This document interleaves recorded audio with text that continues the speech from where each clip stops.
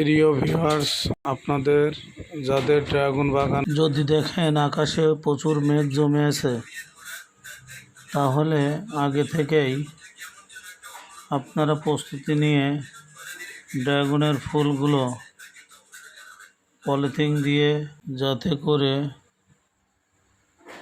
ফুলগুলো পরাগায়ন বৃষ্টির পানিতে ধুয়ে না যায়। দেখুন ভিডিওতে যেভাবে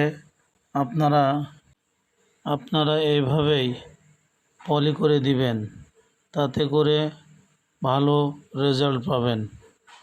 ধন্যবাদ।